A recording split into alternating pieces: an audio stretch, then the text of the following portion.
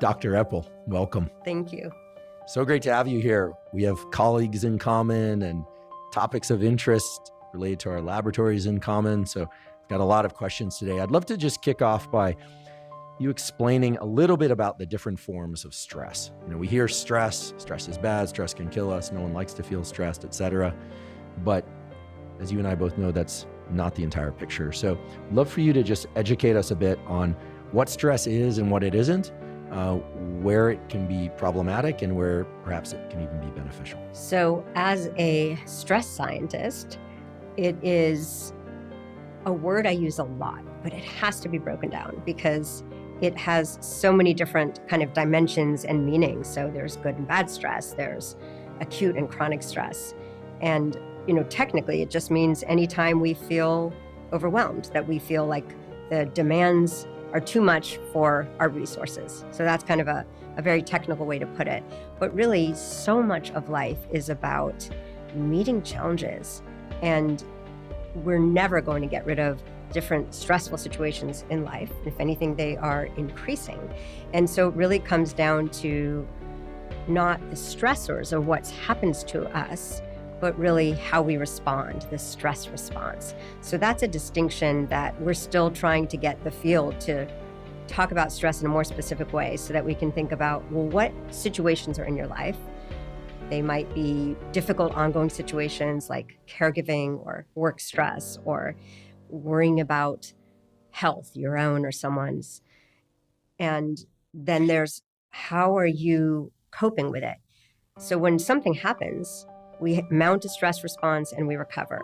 And that's beautiful, no harm done. We need that. That's why we're here, still alive, is that survival response. It's a problem these days of just, we keep it alive in our head. We keep it alive with our thoughts. Our thoughts are the most common form of stress.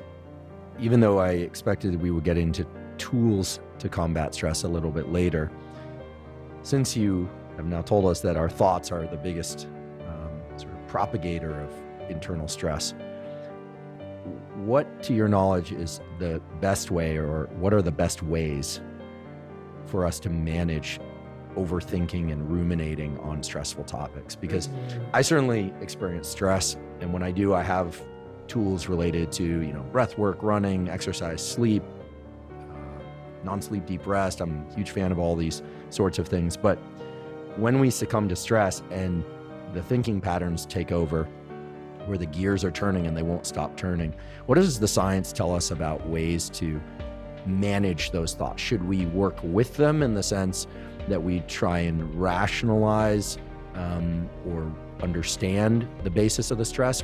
Or should we try and divert our thinking away? Or is there some other tool that I'm unaware of? Yes, both and. Great. So I like to bin it in three categories. So one is I'll just say, first of all, we have to have some awareness of how our mind works, or we're just like, a subject to thinking our thoughts are real, thinking that it's helpful to keep ruminating and problem solving, because that's our tendency, is to go toward whatever we think there's threat or risk and to problem solve that. But you could just be stuck there all day in this kind of threat mode or red mind state. And that's just a shame. We don't need to turn on that stress response all the time.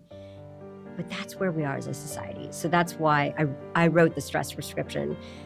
Take any survey, even pre-pandemic, and the majority of people feel an overwhelming amount of stress.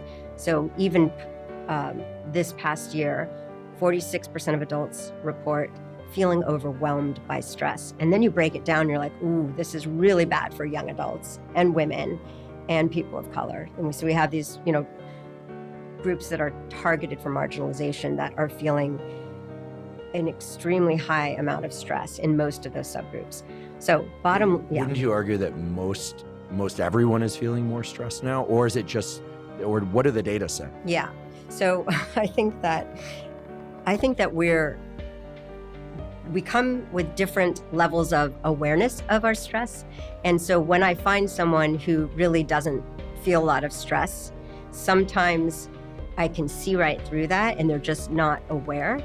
And sometimes it really is true. They're often in a different stage of life and they control their environment a lot.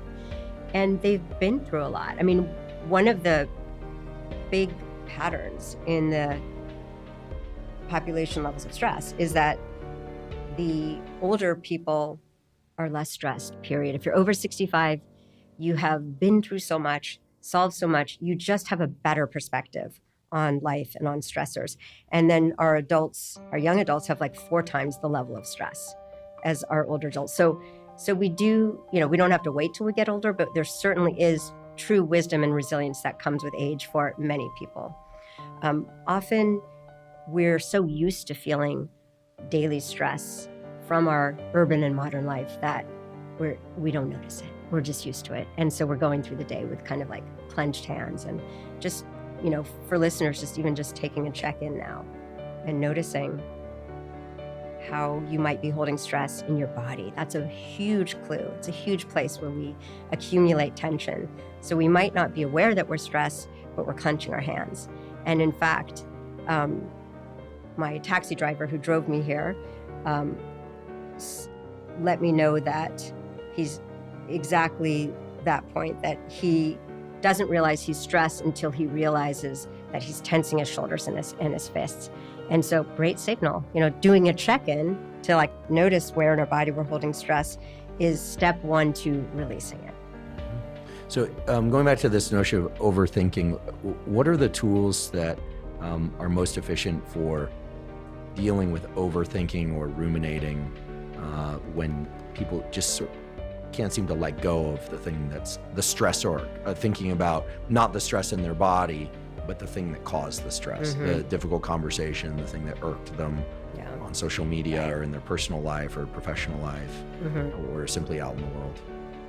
So I wish I had one answer, but I'm going to say lots of strategies tackle that. And so in those 3 bins, one are top-down strategies of awareness and things that we can say to ourselves, since our beliefs and mindsets can really help us release stress, view stress more positively. The second bucket is not that the mind changes the body, but the body changes the mind. And those are the set of strategies that you tend to use the most, right? We're working stress out of the body, we're metabolizing it, we're burning it up, and we get relief. It changes our, amygdala activity and moves us to more an experiential state where we're more in our somatosensory cortex.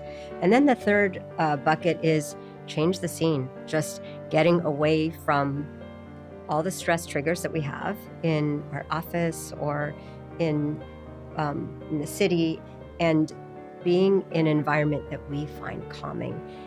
It might even be just be a corner of the house, but implanting what I call safety signals. We're just these animals that are conditioned to signals, whether we're aware of it or not. So having things like comforting pets, pictures, smells, music, why not? We need those. They help. They add up.